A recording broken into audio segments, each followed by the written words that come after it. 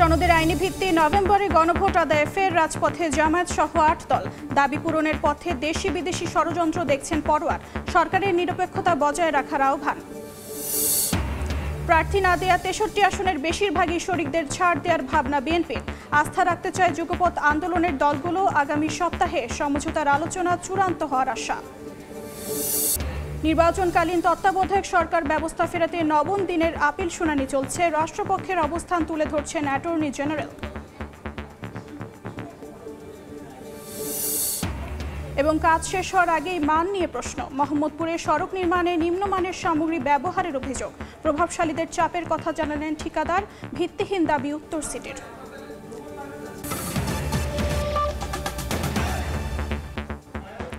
সময় সংবাদের সঙ্গে আছি আমি অর্চিতা শেখসেন। জুলাই সনদের আইনি ভিত্তি নভেম্বরে গণভোট সহ ৫ দাবিতে ফের রাজপথে ইসলামী দলগুলো।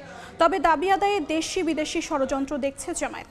সকালে রাজধানীর শাপলা চত্বরে সমাবেশে কথা বলেন দলটির সেক্রেটারি জেনারেল মিয়া গোলাম পরোয়ার। বলেন, জুলাই সনদের মধ্য দিয়ে আমরা একটি নতুন অভিযাত্রায় প্রবেশ করেছি, কিন্তু দেশি বিদেশি চক্র সেই অভিযাত্রাকে বাধাগ্রস্ত করার চেষ্টা চালাচ্ছে। মিয়া গোলাম পরোয়ার আরও বলেন, অবিলম্বে জুলাই সনদকে আইনি ভিত্তি দিতে হবে। সমাবেশ শেষে একটি মিছিল নিয়ে পুরানা পল্টন সমবেত হন তারা। সেখানে সমাবেশে বক্তব্য রাখেন নেতারা। পরে সেখান থেকে যমুনা অভিমুখে পদযাত্রা নিয়ে প্রধান উপদেষ্টার কাছে স্মারকলিপি দেবেন জামায়াত সহ সমমনা ৮ দল। রাজনৈতিক সংকট নিরসনে আমরা এক টেবিলে বসবো, কিন্তু সেখানে সরকারকে মধ্যস্থতার দায়িত্ব পালন করতে হবে। নতুন একটি জুলাই ঘোষণার মধ্য দিয়ে আমরা নতুন গণতন্ত্রের একটা অভিযাত্রা শুরু করেছি। দাবি আদায়ের পথে অনেক ষড়যন্ত্র, দেশি বিদেশি নানান চক্র এখন সক্রিয় হয়ে উঠেছে। অবিলম্বে জুলাই সনদ বাস্তবায়নের আদেশ জারি করা এবং জাতীয় নির্বাচনের পূর্বে গণভোটের দাবিতে আজকে প্রধান উপদেষ্টা বরাবর যে স্মারকলিপি পেশের কর্মসূচি, ঐতিহাসিক পল্টন মোড় থেকে সকল দল একসাথে সেই অভিমুখে আমাদের যাত্রা শুরু হবে। এই মুহূর্তে রাজধানীর পুরানা পল্টনে আছেন সহকর্মী মাহাদি ইসলাম ধ্রুব। সরাসরি যাচ্ছি তার কাছে। জুলাই সনদের আইনি ভিত্তি, নভেম্বরে গণভোট, পিআর পদ্ধতিতে নির্বাচন সহ ৫ দফা দাবিতে জামায়াত ইসলামী আন্দোলন সহ ৮টি রাজনৈতিক দল কিন্তু আজকে তাদের পূর্ব ঘোষিত যে কর্মসূচি, প্রধান উপদেষ্টা ডক্টর মোহাম্মদ ইউনূসের বাসভবন যমুনা অভিমুখে যে কর্মসূচি, সেটি কিন্তু শুরু হয়ে গেছে। সকাল 10টায় মতিঝিল শাপলা চত্বর থেকে কিন্তু জামায়াত ইসলামীর বাংলাদেশের একটি বিশাল বড় মিছিল, তারা একটি সংক্ষিপ্ত সমাবেশ শেষ করে তাদের পদযাত্রা শুরু করে এবং সেই পদযাত্রাটি এসে দাঁড়ায় হচ্ছে পল্টন মোড়ে। এবং পল্টন মোড়ে যে জামাতের ওই মিছিলটির সঙ্গে ইসলামী আন্দোলন সহ ৮টি রাজনৈতিক দলের নেতাকর্মীদের মিছিল একাকার হয়ে একটি বিশাল জনসমুদ্রে পরিণত হয় এই গোটা পল্টন এলাকা। আপনারা দেখতে পাচ্ছেন যে জামাত ইসলামী সহ ইসলামী আন্দোলন এবং একই সঙ্গে খেলাফত মজলিস সহ ৮টি রাজনৈতিক দল তারা কিন্তু এই একাকার হয়ে গেছেন এবং পল্টন থেকে তাদের এই মিছিলটি অর্থাৎ তাদের এই পদযাত্রাটি শুরু হয়েছে। যে পদযাত্রাটির গন্তব্য হচ্ছে যমুনা, প্রধান উপদেষ্টার বাসভবন যমুনা। সেই যমুনা অভিমুখে কিন্তু এগিয়ে চলছে এই পদযাত্রা। যে পদযাত্রা আমরা দেখছি যে জামাত ইসলামী তাদের প্ল্যাকার্ড, তাদের দলীয় পতাকা যেভাবে উড়িয়ে তাদের উপস্থিতি জানান দিচ্ছে, তেমনি ইসলামী আন্দোলন বাংলাদেশ তাদের প্ল্যাকার্ড, তাদের ফেস্টুন, তাদের হাত পাখা নাড়িয়ে তারা তাদের উপস্থিতি জানান দিচ্ছেন। একই সঙ্গে বিভিন্ন রাজনৈতিক নেতাকর্মীরা বাংলাদেশের পতাকা উড়িয়ে তারা তাদের উপস্থিতি জানান দিচ্ছেন। যে পদযাত্রাটি এটি কিন্তু আসলে ইসলামিক ৮টি দলের এটি পূর্ব ঘোষিত যে কর্মসূচি ছিল, যে তারা যে ৫ দফা দাবি আদায়ের জন্য যুগপৎ আন্দোলন করে আসছিলেন, সেই যুগপৎ আন্দোলনের অংশ হিসেবে কিন্তু আজকে এই পূর্ব ঘোষিত কর্মসূচি, যে কর্মসূচিটি তারা ঘোষণা করেছিলেন যে এই ৫ দফা দাবি নিয়ে প্রধান উপদেষ্টা ডক্টর মোহাম্মদ ইউনূসের কাছে তারা একটি স্মারকলিপি দিবেন। এবং তারা পূর্ব ঘোষিত কর্মসূচির আওতায় এটাও ছিল যে এই সুস্পষ্ট কোনো ব্যাখ্যা বা সুস্পষ্ট কোনো উত্তর যদি না আসে, অর্থাৎ এই আজকের আন্দোলন যদি ফলপ্রসূ না হয়, তবে কিন্তু 11 তারিখ রাজধানীতে তারা সমাবেশ করবে আগে ঘোষণা দিয়েছিল। তবে আজকে প্রধান উপদেষ্টার কাছে স্মারকলিপি দেওয়ার পর আসলে নেতা কর্মীদের কাছ থেকে স্মারকলিপি দেওয়ার পরে জানা যাবে আসলে তারা তাদের 11 তারিখের কর্মসূচিটি অব্যাহত রাখবেন কিনা বা তারা কোনো কর্মসূচি দিবেন কিনা।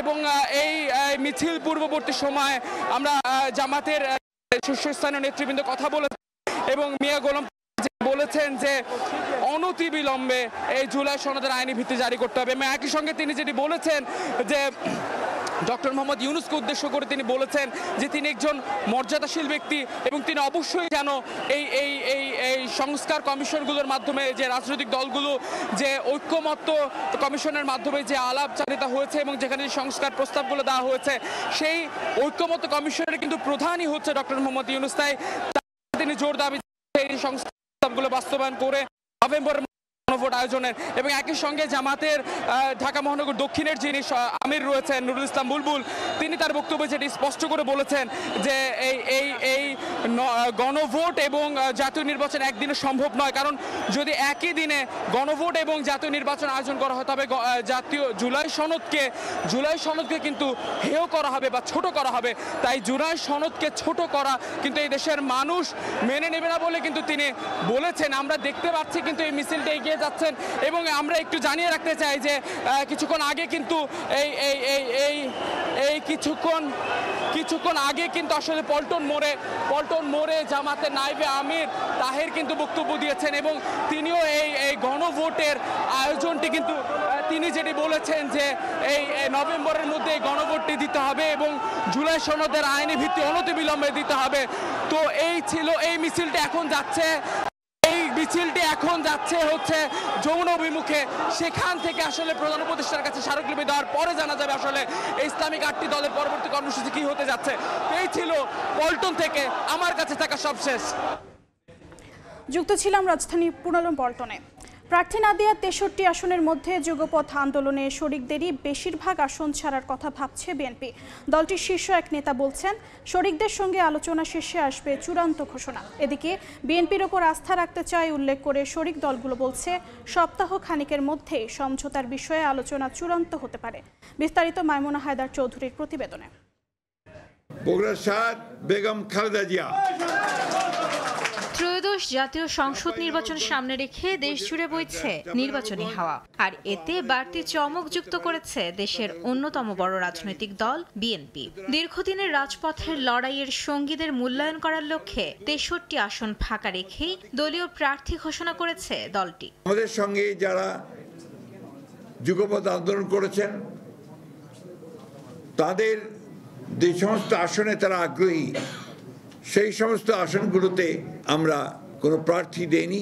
তাদের সঙ্গে আলোচনার ভিত্তিতে আমরা এই পরিবর্তনগুলো আনতে পারি। ফাঁকা রাখা আসনগুলোর মধ্যে যুগপথ আন্দোলনের সঙ্গী দলগুলোকে বিবেচনা করার কথা ভাবছে বিএনপি, যার মধ্যে ব্রাহ্মণবাড়িয়া 6-এ গণসংহতি আন্দোলনের প্রধান সমন্বয়কারী জুনায়েদ সাকি, বগুড়া 2 নাগরিক ঐক্যের সভাপতি মাহমুদুর রহমান মান্না, ঢাকা 12 আসনে বিপ্লবী ওয়ার্কার্স পার্টির সাধারণ সম্পাদক সাইফুল হকের জন্য বরাদ্দ রাখার কথা ভাবছে বিএনপি। এছাড়াও গণ অধিকার পরিষদ, গণফোরাম, এলডিপি, এনডিএম সহ বেশ কয়েকটি দলের জন্য আসন ছাড়ার পরিকল্পনা রয়েছে দলটির। বিএনপির জ্যেষ্ঠ এই নেতা বলছেন শরিকদের সঙ্গে আলোচনা করেই সিদ্ধান্ত নেবে দল। কিছু আসন অবশ্যই রাখা হয়েছে আমাদের যুগপথ আন্দোলনের দলগুলোর জন্য, সেগুলো অ্যাডজাস্টমেন্ট হবে, এখনো আলোচনা চলছে। শিডিউল ডিক্লেয়ার হওয়ার পর্যন্ত ফাইনাল লিস্টটা বোঝা যাবে না। এদিকে সপ্তাহখানেক আগে থেকেই আসন সমঝোতার বিষয়ে প্রাথমিক আলাপ শুরু হয়েছে উল্লেখ করে খুব শিগগিরই তা চূড়ান্ত হবে বলে জানান বিপ্লবী ওয়ার্কার্স পার্টির সাধারণ সম্পাদক সাইফুল হক। বিপ্লবী ওয়ার্কার্স পার্টির দিক থেকে আমার মনে হয় যে আমরা হয়তো 10-11 জন নিয়ে হয়তো আমরা আলোচনা করব, যে এক সপ্তাহের মধ্যে হয়তো ব্যাপারে আমরা মোটামুটি একটা বোঝাপড়ার জায়গাটা আমি আশা করি যে আমরা আসতে পারবো। বিএনপির দিক থেকে আমার মনে হয় যে তাদের আন্তরিকতা রয়েছে। আসন সমঝোতার বাইরেও কিছু জায়গায় আলাদা প্রার্থী রাখার আভাস দিয়েছেন গণসংহতি আন্দোলনের প্রধান সমন্বয়কারী জুনায়েদ সাকি। আমাদের দিক থেকে আমরা যে সমস্ত জায়গায় নির্বাচনের জন্য জরুরি মনে করি সেই সব জায়গাগুলোতে আমরা আমাদের প্রস্তাব রাখবো। যতটুকু সমঝোতা সম্ভব সেখানে একটা হতে পারে, আবার কিছু কিছু জায়গায় ওপেন থাকতে পারে, অর্থাৎ সেখানে সব দলেরই প্রার্থিতা থাকবে। নির্বাচন সামনে রেখে যুগপৎ আন্দোলনে অংশ নেওয়া দলগুলোর মধ্যে আসন বন্টনের দর কষাকষি চললেও মনোনয়ন জমা দেওয়ার আগেই দেয়া হবে চূড়ান্ত ঘোষণা। মাইমুনা হায়দার চৌধুরী, সময় সংবাদ, ঢাকা। চট্টগ্রাম ৮ আসনের বিএনপি মনোনীত প্রার্থী এরশাদুল্লাহর ওপর গুলি চালানোর ঘটনায় এখনও কোনো মামলা হয়নি। কাউকে আটক করতে পারেনি পুলিশ। তবে আসামিদের শনাক্ত করে দ্রুত আইনের আওতায় আনার চেষ্টা চলছে বলে জানিয়েছেন বায়েজিদ থানার ভারপ্রাপ্ত। এদিকে এভার কেয়ার হাসপাতালে চিকিৎসাধীন এরশাদুল্লাহর শারীরিক অবস্থা শঙ্কামুক্ত বলে জানিয়েছেন তার স্বজনরা। বুধবার সন্ধ্যায় চট্টগ্রামের খন্দকার পাড়া এলাকায় এরশাদুল্লাহর গণসংযোগে গুলি চালায় দুর্বৃত্তরা। ঘটনাস্থলেই মারা যান সরোয়ার হোসেন বাবলা নামে একজন। গুলিবিদ্ধ হন এরশাদুল্লাহ। এই মুহূর্তে চট্টগ্রামের খন্দকার পাড়া এলাকায় আছেন রিপোর্টার পার্থ প্রতিম বিশ্বাস। সরাসরি যাচ্ছি তার কাছে। চট্টগ্রামে গণসংযোগকালে গুলিবিদ্ধ বিএনপি প্রার্থী এরশাদুল্লাহ চট্টগ্রামের এভার কেয়ার হাসপাতালে এই মুহূর্তে চিকিৎসাধীন অবস্থায় রয়েছে এবং আমরাও আছি এই মুহূর্তে চট্টগ্রামের এভার কেয়ার হাসপাতালে।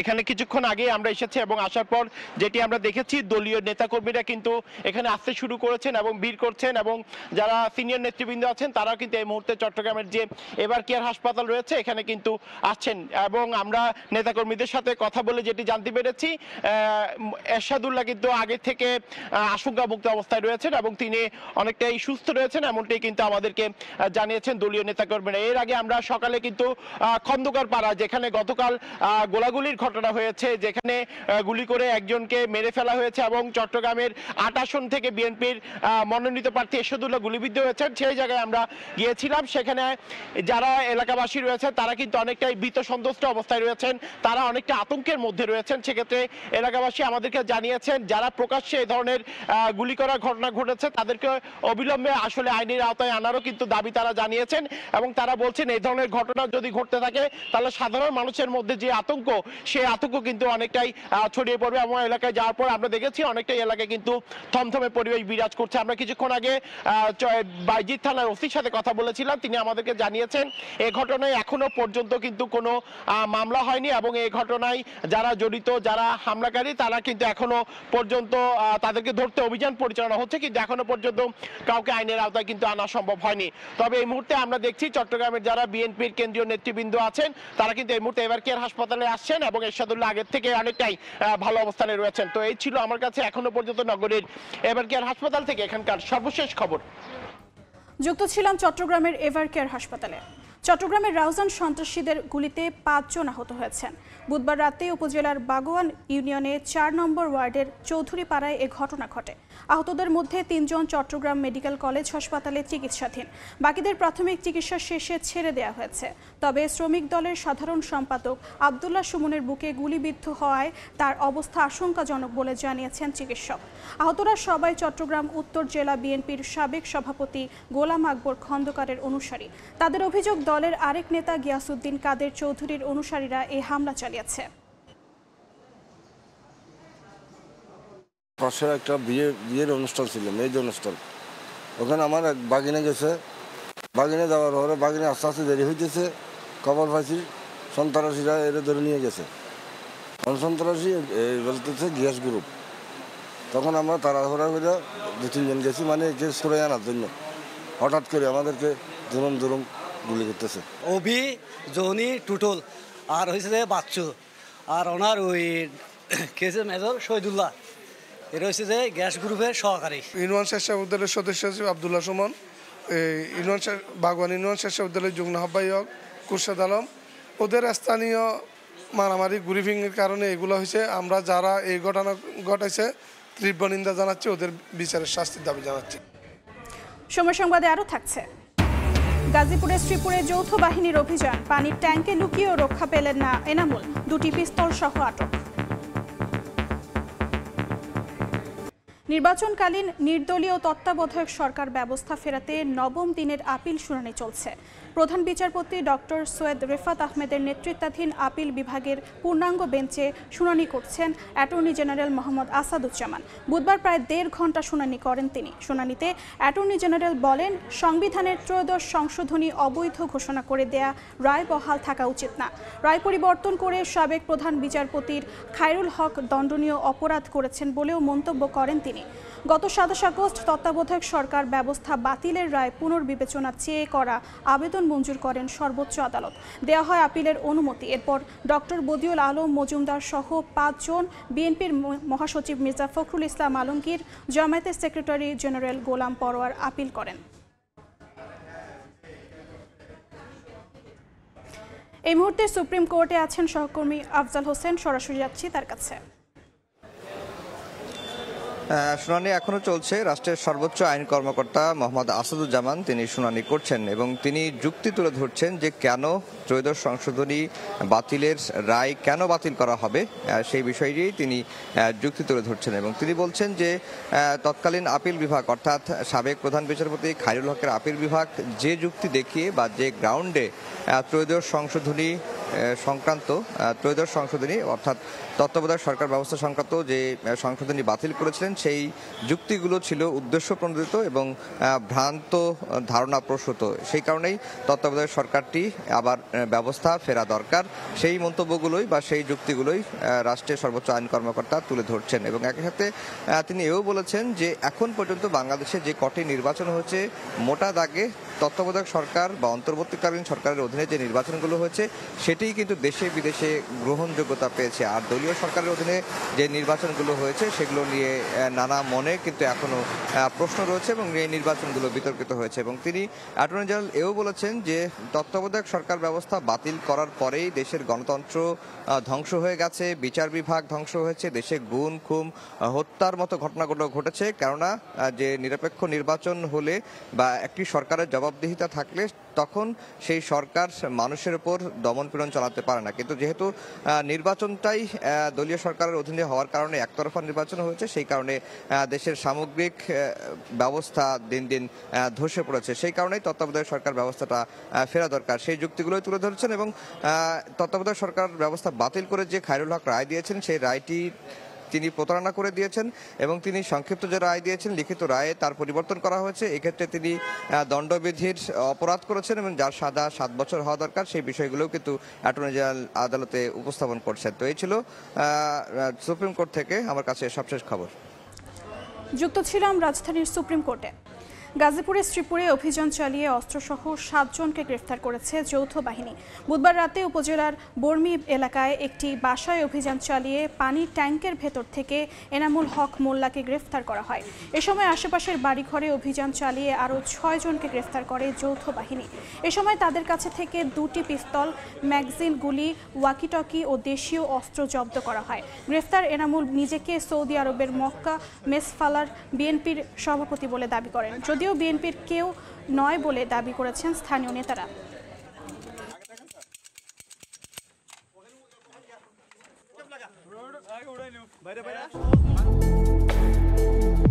Thai Aluminium. The better is now the best.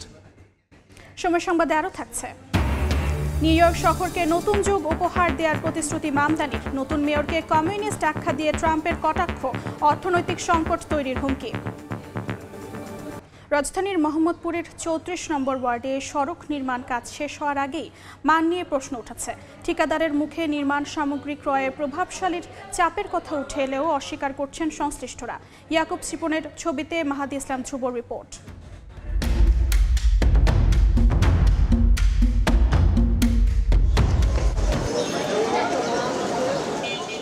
রাজধানীর মোহাম্মদপুরের সাদেক খান ও হাশেম খান রোডে নির্মাণ কাজ চলছে কয়েক মাস ধরে। এখনও কাজ শেষ হতে অনেকটাই বাকি, তবে এরই মধ্যে নানা অভিযোগ আসতে শুরু করেছে স্থানীয়দের কাছ থেকে। এলাকাবাসীর অভিযোগ, চোখের সামনেই নিম্নমানের ইট ব্যবহার হচ্ছে রাস্তার জন্য খোয়া তৈরির কাজে। নির্মাণ কাজের অন্যান্য উপকরণের মান নিয়েও রয়েছে প্রশ্ন। 6 মাস যাবত এই ড্রেনগুলো খোলা, কত মানুষের অসুবিধা হচ্ছে।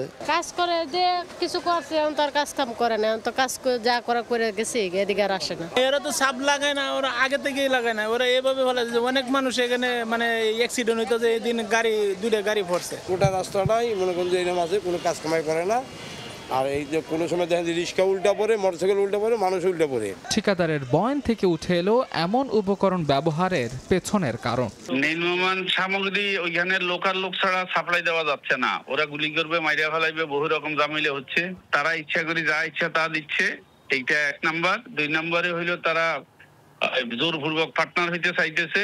যদিও অভিযোগ সম্পূর্ণ ভিত্তিহীন দাবি করে সিটি কর্পোরেশনের নির্বাহী প্রকৌশলী বলছেন সবকিছুই হচ্ছে নিয়ম মেনে। এমআইসিতে বুয়েটে সব জায়গায় টেস্ট রেজাল্ট নিয়ে তারা কাজ করছে।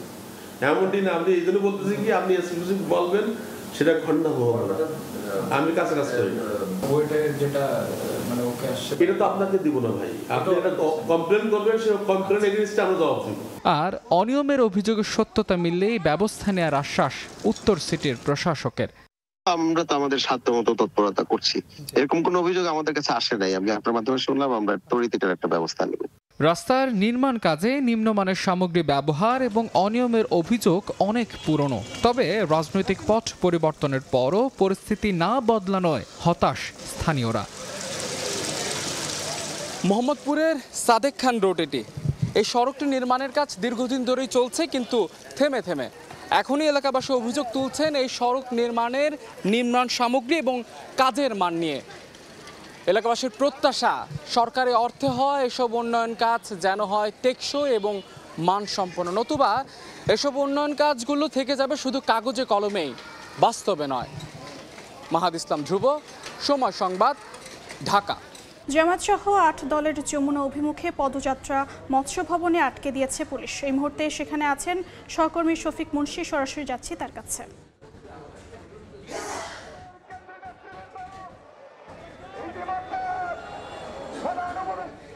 আমরা এই মুহূর্তে আছি রাজধানীর মৎস্য ভবনের সামনে এবং এখানে কিন্তু যে আজ 8 দলের মিছিল নিয়ে যেটি প্রধান উপদেষ্টার কার্যালয় অভিমুখে যাওয়ার কথা ছিল, সেই মিছিলটিকে কিন্তু এখানে পুলিশ আটকে দিয়েছে। আমরা দেখতে পাচ্ছি যে পুলিশের ব্যারিকেডের এক প্রান্তে অসংখ্য বাংলাদেশ পুলিশের সদস্যরা জড়ো হয়েছে এবং অন্য পাশে বাংলাদেশ জামায়াত ইসলামী, ইসলামী আন্দোলন বাংলাদেশ, খেলাফত মজলিস সহ অন্যান্য যে রাজনৈতিক দলের কর্মীরা তারা কিন্তু সেখানে দাঁড়িয়ে আছে।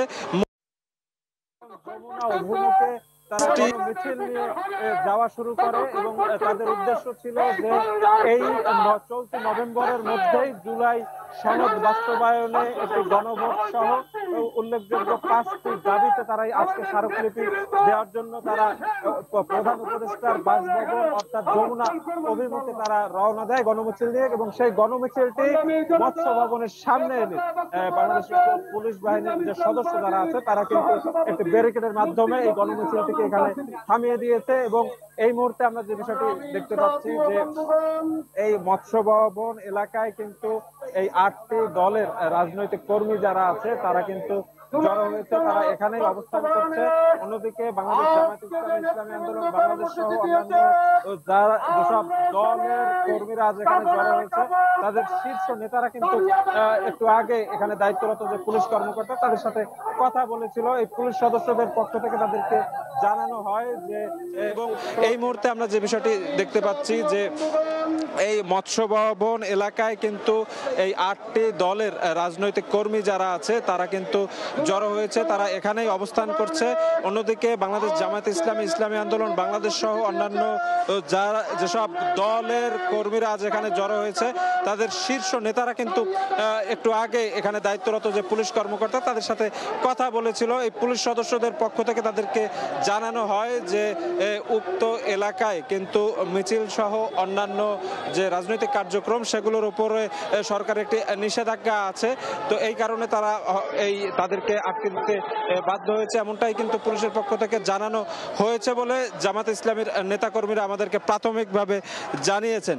এবং আমরা যে বিষয়টি দেখেছি যে তারা গণমিছিল নিয়ে এখনই এখানে অবস্থান করছে এবং পরবর্তীতে তারা কি করবে এবং প্রধান উপদেষ্টার কাছে স্মারকলিপি দেবার কি হবে সে বিষয়টি আমরা পরবর্তীতে জানিয়ে দিতে সক্ষম হব। তো এই ছিল আমার কাছে রাজধানীর মৎস্য ভবন থেকে বাংলাদেশ জামাত ইসলামী সহ অন্যান্য যে 8টি দলের গণমিছিল কর্মসূচি পুলিশের বাধার মুখে আটকে যাওয়ার ঘটনার এই ছিল আমার কাছে সর্বশেষ।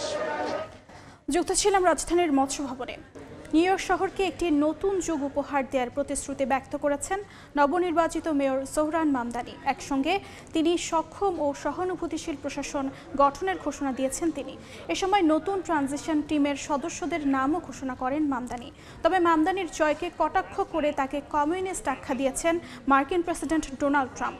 অভিযোগ করেন নিউ ইয়র্ক শহরকে অর্থনৈতিক দুঃস্বপ্নের দিকে নিয়ে যাচ্ছেন ডেমোক্র্যাটরা। বিশ্লেষকরা বলছেন শহরের অর্থনৈতিক সংকট মোকাবেলায় দৃঢ় প্রতিজ্ঞ হলেও তা বাস্তবায়নে বেশ বেগ পেতে হবে শহরটির প্রথম মুসলিম মেয়রকে। তাদের ধারণা মামদানি যদি তার নীতিমালা বাস্তবায়নে সফল হন তবে মার্কিন নগর রাজনীতিতে এটাই হবে নতুন ধারা, আর ব্যর্থ হলে সেটি রিপাবলিকানদের আগামী নির্বাচনী প্রচারণার জন্য হয়ে উঠবে বড় অস্ত্র। সময় সংবাদের শীর্ষ সংবাদগুলো জানিয়ে দিচ্ছি আরেকবার।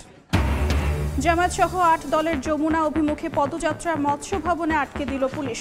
দাবি পূরণের পথে দেশি বিদেশি ষড়যন্ত্র দেখছেন পরোয়ার, সরকারের নিরপেক্ষতা বজায় রাখার আহ্বান।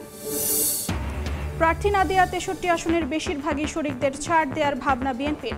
আস্থা রাখতে চায় যুগপৎ আন্দোলনের দলগুলো। আগামী সপ্তাহে সমঝোতার আলোচনা চূড়ান্ত হওয়ার আশা। এ ছিল দুপুর 12টার সময় সংবাদে। খেলার সময়ের সঙ্গে থাকবেন মাকসুম আলম খান। অর্জিতা সেদিন আপনাকে ধন্যবাদ। খেলার সময়ের আয়োজন নিয়ে ফিরছি কিছুক্ষণ পর, সঙ্গেই থাকুন সময়।